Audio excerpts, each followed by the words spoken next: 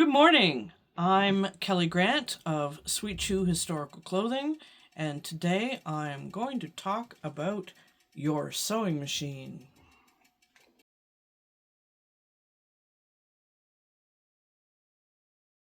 First thing I want to talk about is threading your machine. Yeah, we're going back to basics, folks. I'm going to tell you about thread. Sewing machines mostly thread the same direction. You're going to follow through all of the tension guides, and I'll show you that in a second, and thread it properly. But there are different types of thread, and your different types of thread are going to affect how you sew. For general sewing, I use Gooderman's, the bigger name that I can get at my local fabric store. It's 100% polyester sewing thread. It's rather fine, and I can get it on really large dressmaker size spools because I go through a lot of it, and I pick out the colors that go with my fabrics. Sometimes I will have fun with those thread colors as well. We'll get into that in another time. So yeah, that's your general sewing thread.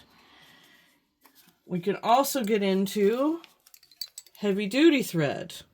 This type of thread is used for top stitching on jeans, on denim shirts.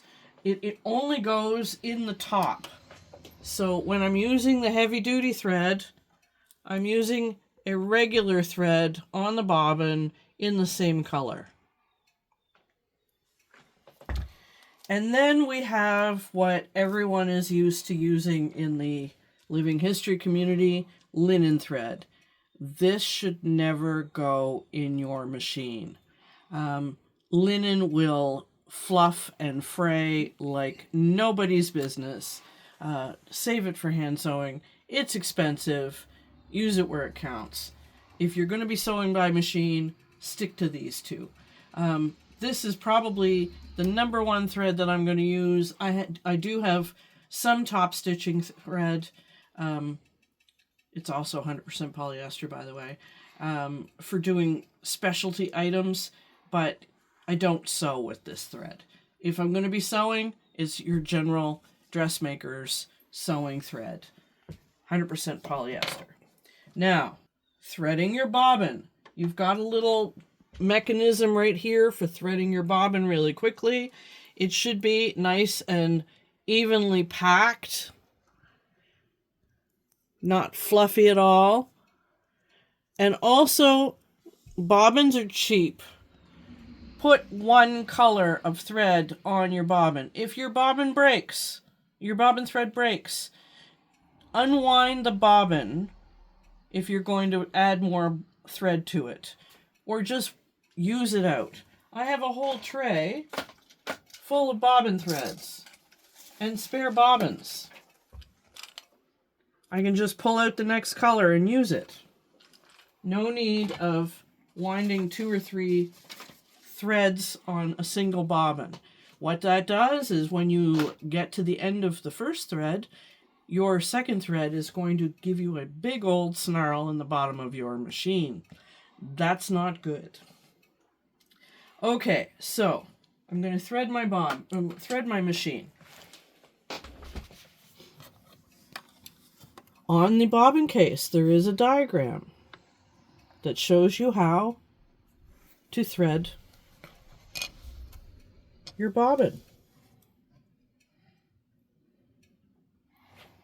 It's going to wind off in a clockwise fashion. And I hold on to the bobbin, and I go in that slot and out that slot. Okay? And I just leave the thread there for a second. Top thread goes on to the spool. I have 2 spools because sometimes I have 2 threads going. That's a bit of fancy sewing you don't need to know about.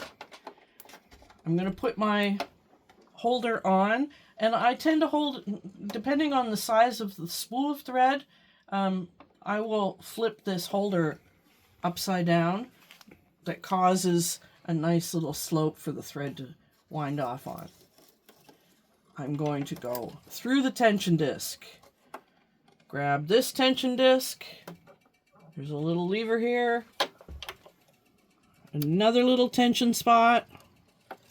Back down, around this little hook, around that little hook, and Can you show those hook again? This little hook right here, and there's another little hook right here. My machine has the bobbin in the front, so my needle hole is front to back. If your bobbin is in the side, your needle hole goes from side to side. And on most modern machines, if the bobbin is over here, you thread in that direction.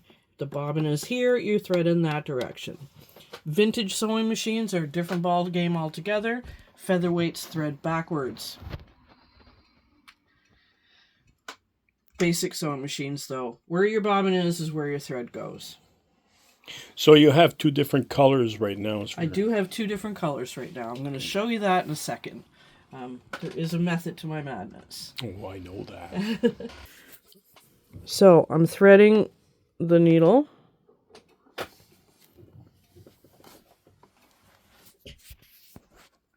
My thread goes under the presser foot and out towards the back. Now I'm going to hold my top thread lightly, and I'm going to walk the sewing machine with my dial on the machine to pick up the bobbin thread. See how it's picking it up? Magic. Magic. And up through the little hole. And then I'm going to use my snips to bring the top thread, or the bobbin thread, up through that little hole underneath the presser foot. Now I can put my bobbin plate on. Okay? Basic. Have a look at your manual. Your manual is going to tell you how to thread. If you need to draw on your sewing machine, a Sharpie or a whiteboard marker does fabulously. You should see the underside of my sewing machine, which I'll get to in a second. So, you're about to sew. You've got everything threaded properly. You've got a nice needle in the machine. You've got your presser foot on.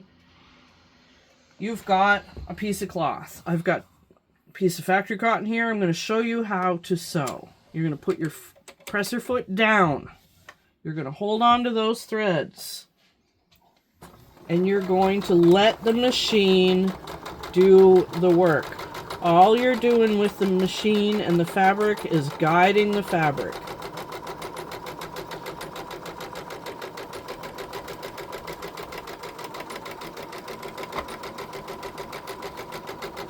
I'm not pulling the fabric through, I'm just letting the machine do the work.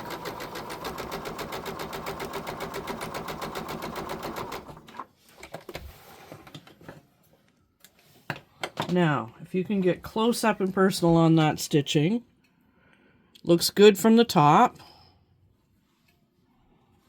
Looks fairly decent from the bottom. Now you can see why I had two different thread colors. I don't mess with my tension on my machine. Most modern machines, if they're threaded correctly, if they are clean, will self-determine the tension. As long as you're not pulling through the machine or the fabric through the machine and trying to sew things you shouldn't, your machine will self-regulate the tension. So my tension dial is still at the factory setting, and I made sure that I had it all threaded properly. If you have a problem with your sewing, it's probably a threading issue, or it's a needle issue, or it's a pepcac issue. Problem exists between the chair and the interface. Okay? When was the last time you went for a pee? had a cup of tea, got some sleep. Is it daylight out or is it dark and you're sewing after midnight? Time to give it up. Unless you always are up after midnight.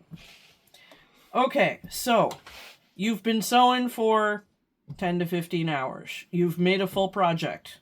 Now it's time to do some machine maintenance. What I'm going to do, take my needle out. I'm going to bin it. Needles are cheap. $4 for what?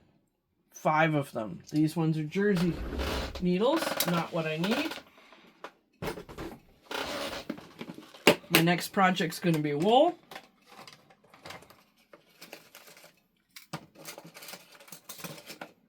I want a universal needle.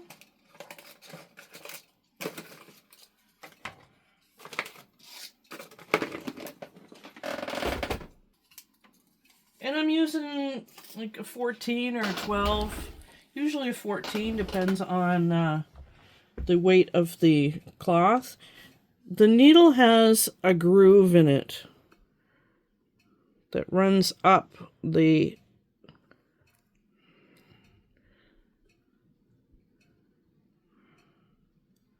this one's groove is so thin. There's a groove that runs up the front of the needle, and the back of the needle is flat.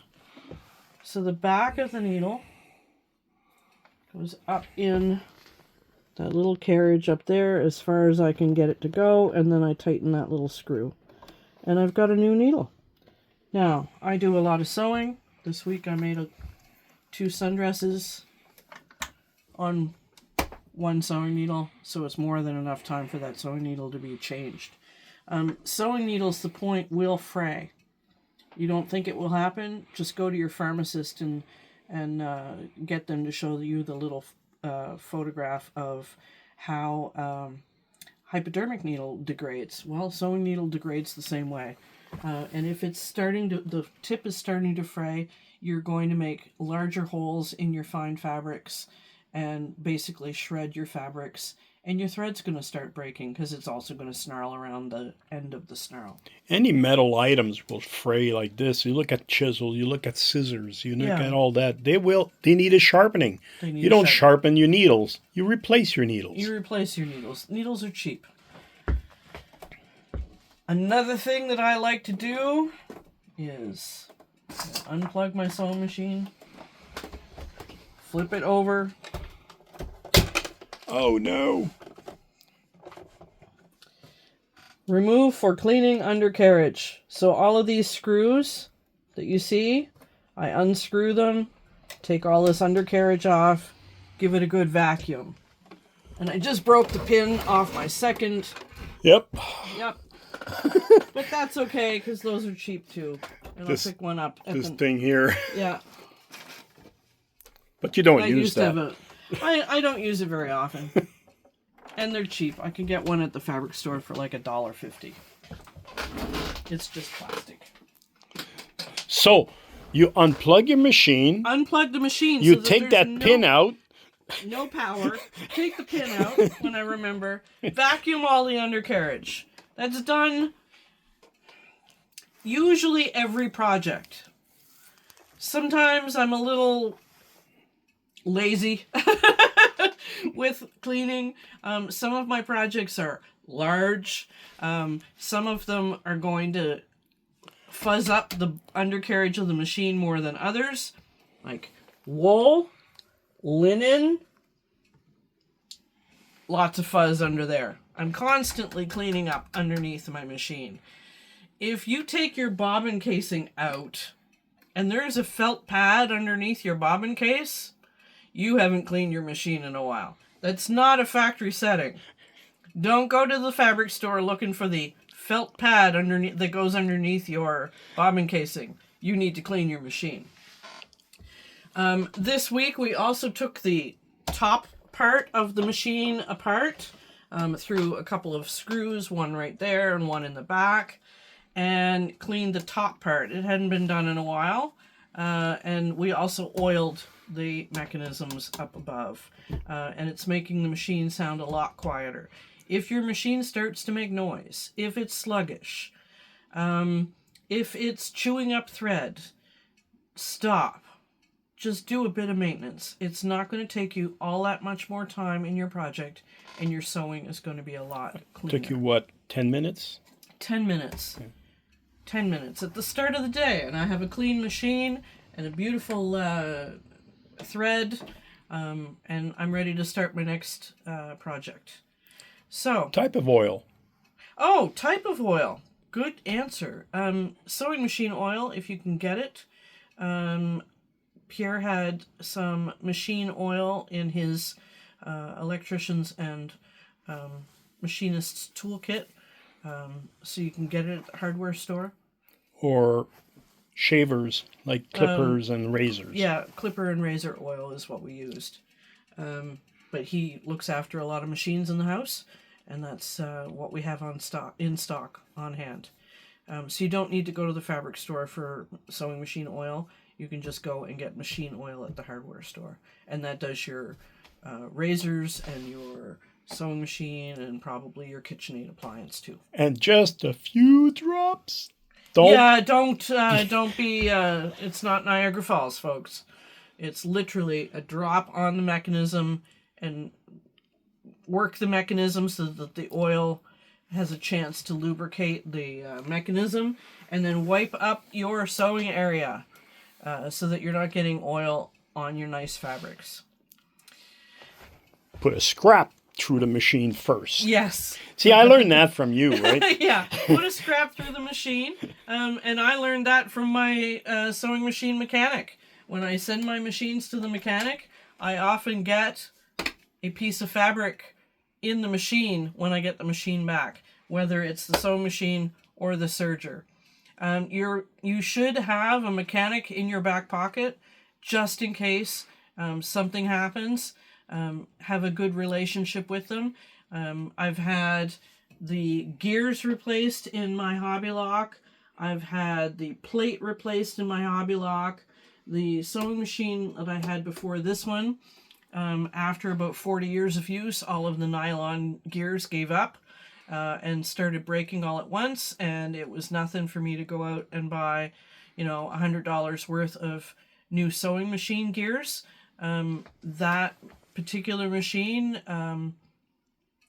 went on to sew for another 15 years with one of my students, and I bought this one. This one will probably last me for the rest of my career. I bought it because I had more stitches.